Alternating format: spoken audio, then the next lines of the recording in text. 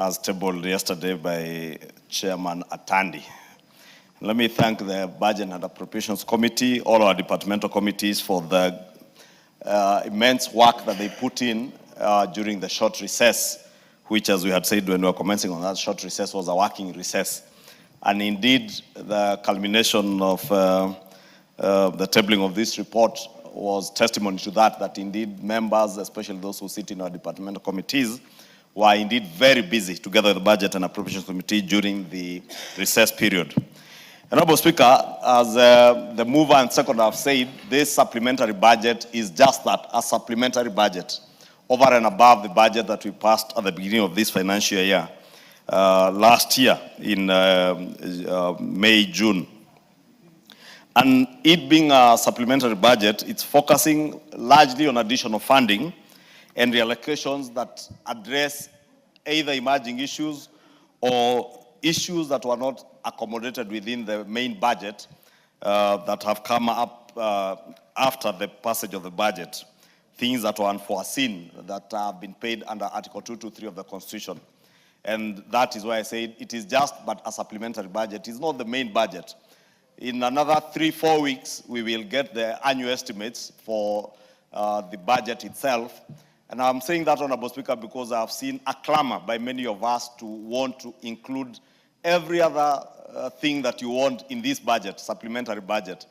And just to calm people that there is a main budget that is coming and there's a lot of things that people may have been pushing for that can be accommodated within the annual estimates or the main budget itself that will be here with us before the end of this month, because as per our statutes, by the 30th of April, the annual estimates must be tabled by the National Treasury. So this is the time to begin engaging with our ministries, our state departments, our MDAs, so that if there are any projects that you intend to be captured in the budget for your constituents, for the areas that we come from, this is the time to begin to engage, so that we have a budget process that is consultative, that is engaging, and we avoid the temptation that is usually there for people to want to parachute things into the budget. And I must thank the chair of the Budget and Appropriations Committee, because in this supplementary budget, together with the Budget Committee and all chairs of our departmental committees, we had a meeting last week, and we agreed in principle that we will stick to what has been agreed on between the executive, the Budget and Appropriations Committee, which has a lot of veto powers. You know, Honorable Speaker, these budget committees are a very powerful committee in this House. And I know they run into problems at times with our departmental chairs. And I must beg our departmental chairs to indulge the Budget and Appropriations Committee when they veto some of the reallocations that we may want to make. Because part of the challenges, Honorable Speaker, that we have encountered, especially this financial year, besides the issues that the chair and the vice chair have alluded to, the emerging global issues like the war in the Gulf region, that will bring in shocks to the economy, the world economy. And we are no exception. I know there are those who've been very keen to make politics out of it. I've heard one of us shouting all over, I'm daring the government to dare increase the price of fuel. It is not the government that increases the price of fuel. And it's common sense. If you have been to any school, you should know if there's war in the Gulf, where we are getting all our oil from, at some point, the prices of oil will go up naturally. I have seen President Donald Trump telling us, those of us who get oil from through the Strait of Hormuz, that if you cannot go and buy oil from the US, you go and get it yourselves from the Strait of Hormuz. You fight your way. Honorable Speaker, I don't know how many of us will be able to fight our way in the Strait of Hormuz to get oil. So those who are making cheap politics, Honorable Speaker, it's just fair to accommodate or rather indulge the Budget and Appropriations Committee when they try and rationalize all our expectations, because resources are limited. We may not be able to satisfy all our needs immediately. And those emerging issues, Honorable Speaker was saying, will naturally distort our budget process. This financial year and even in the next financial year, we'll have to incur expenditure that we never planned for.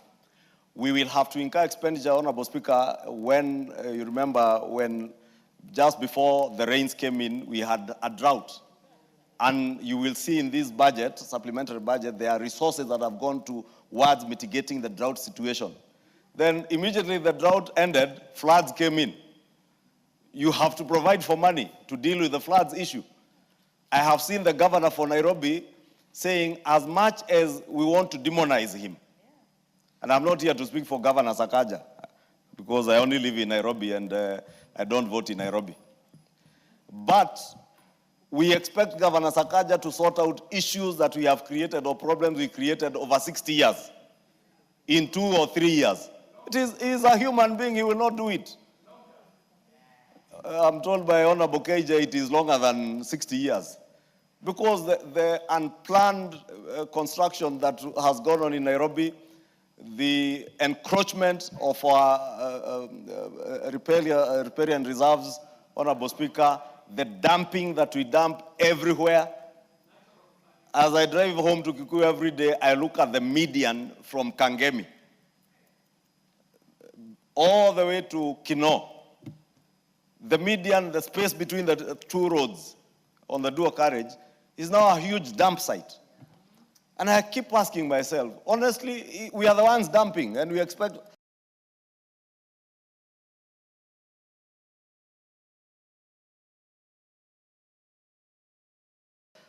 the county government to come and collect our own garbage. We must be able to begin to manage our garbage. And I'm only saying these things, Honorable Speaker, in passing, because these emerging issues, floods, drought, bring excesses that will require us to allocate more resources towards their mitigation. Honorable Speaker, we also have challenges in revenue generation. And I must speak to the Kenya Revenue Authority, Honorable Speaker. Part of the reason why every year we have to do supplementary budgets is because we fail to meet our revenue targets. And we don't fail to meet our revenue targets because we do not have the ability to raise this money. It is because we have a revenue authority that is either lazy or is riddled with corruption. People are collecting bribes left, right, and center instead of collecting revenue.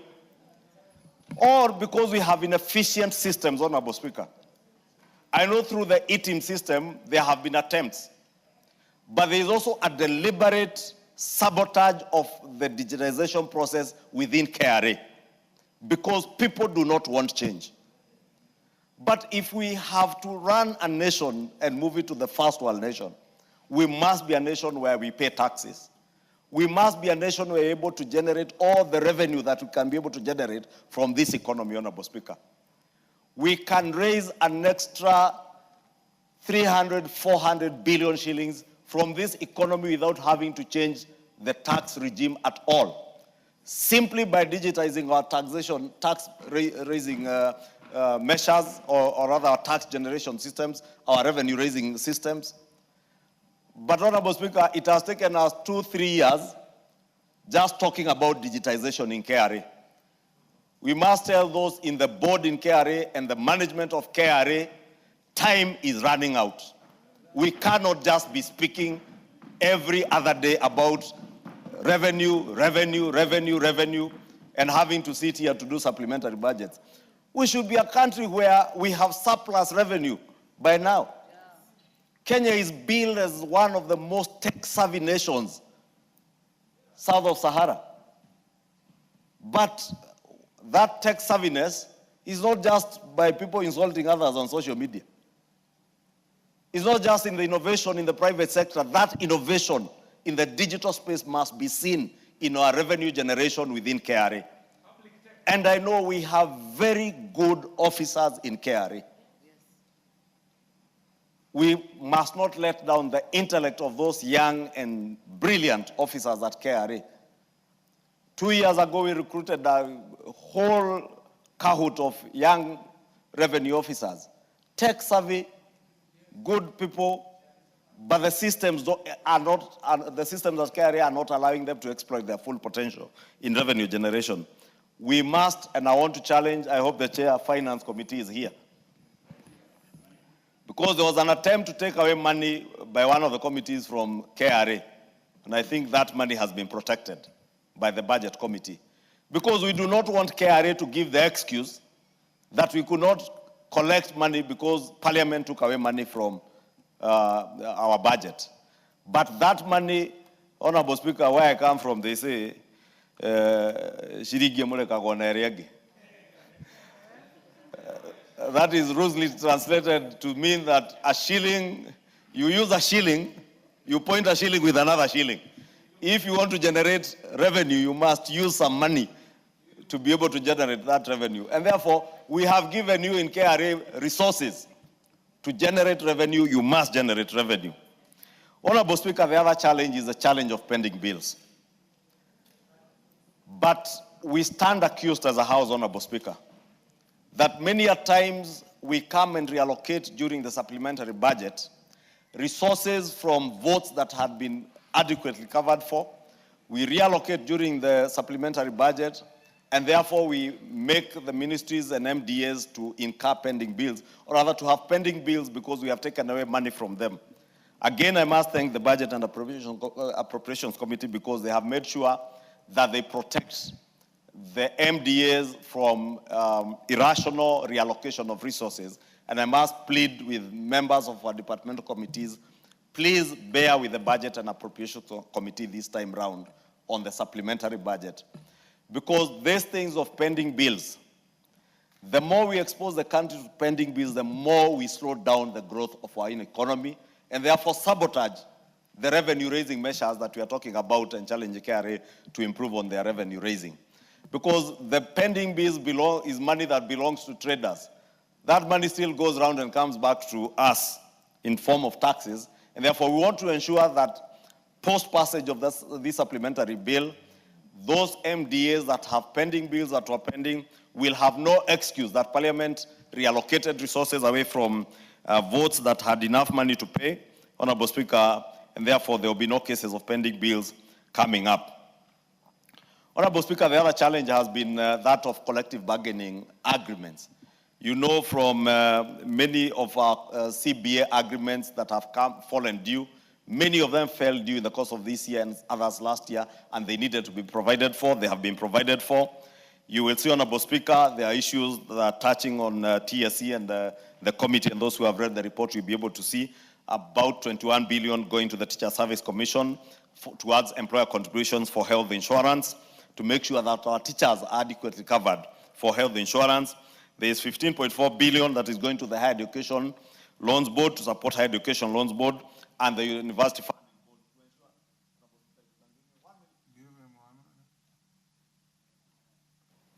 Honorable Speaker, I was saying there is 15.4 billion shillings to ensure that all our university students, even as those who graduated from high school last year, prepare to get to university, that there will be adequate resources to ensure that Higher Education Loans Board and the University Funding Board has adequate money to ensure that none of our children miss their chance to join higher education.